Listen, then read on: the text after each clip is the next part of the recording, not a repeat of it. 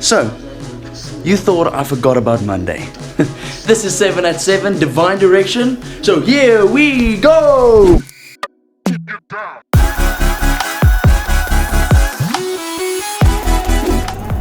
Hi guys, now you thought I forgot about Monday. No, I deliberately posted this on Tuesday to see how many WhatsApps I got, and that was a lot of people who were like, where's Monday? And this is the whole point. We had an awesome Easter weekend. I really hope that you guys delved into Jesus Christ this weekend. I know, especially for this isolation, that we get distracted.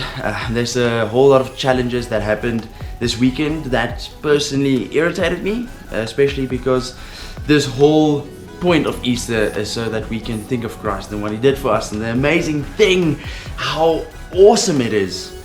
And I think that got lost, really lost in translation. So, in a way, I don't want to make you feel guilty, but in a way I hope you would take this week to make up for the loss that you maybe had this weekend of not actually delving into Christ. That was the whole purpose of this weekend. But nevertheless, the great weekend it was, and today is Tuesday, but remember 7 at 7 is every single Monday at 7, and it's an awesome devotional page for Christians, non-Christians, and I'm really sure that everyone can take something out of this to maybe help in the direction of their life. Now, the Divine Directions series is all about the story that we're telling in our lives. Do you sense something new happening in your life? Do you want something, I don't know, different? And even if you don't feel it now, it's always good to keep your heart prepared for change, because it's guaranteed. Now, for the couple of weeks, we talked about start, to stop, and to stay. And sometimes the best way to find God's direction is to go. Oftentimes, we are called to stand firm when the pressure builds.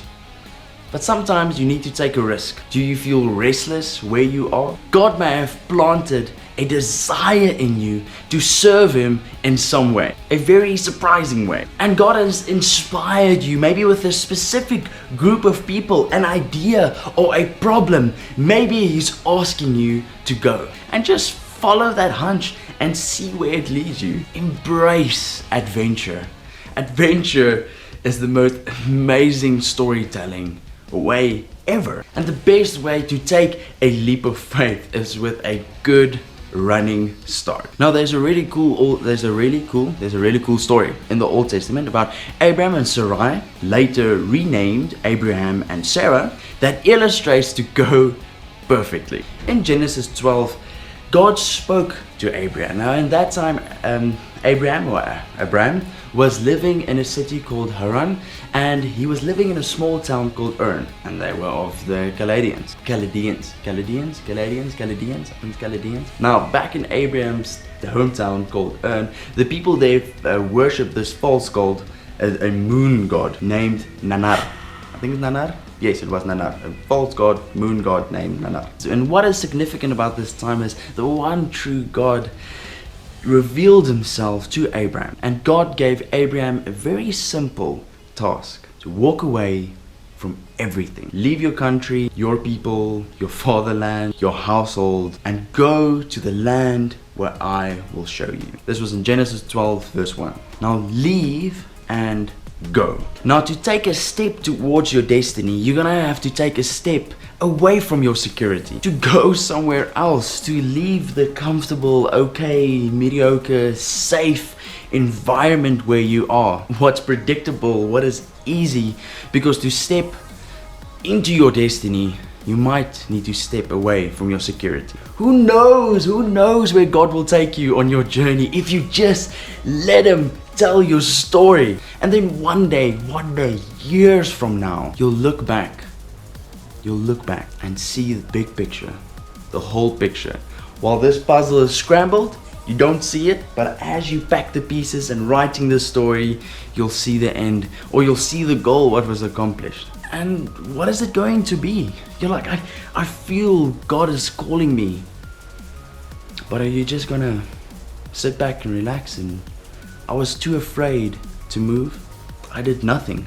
Or will you have a faith-filled life and step away from your security, your comfortability, what's easy, and step into His divine direction to tell this amazing adventure-filled story? The difference whether or not you go is when God says go. And today's question is, what is God calling me to leave and telling me where to go?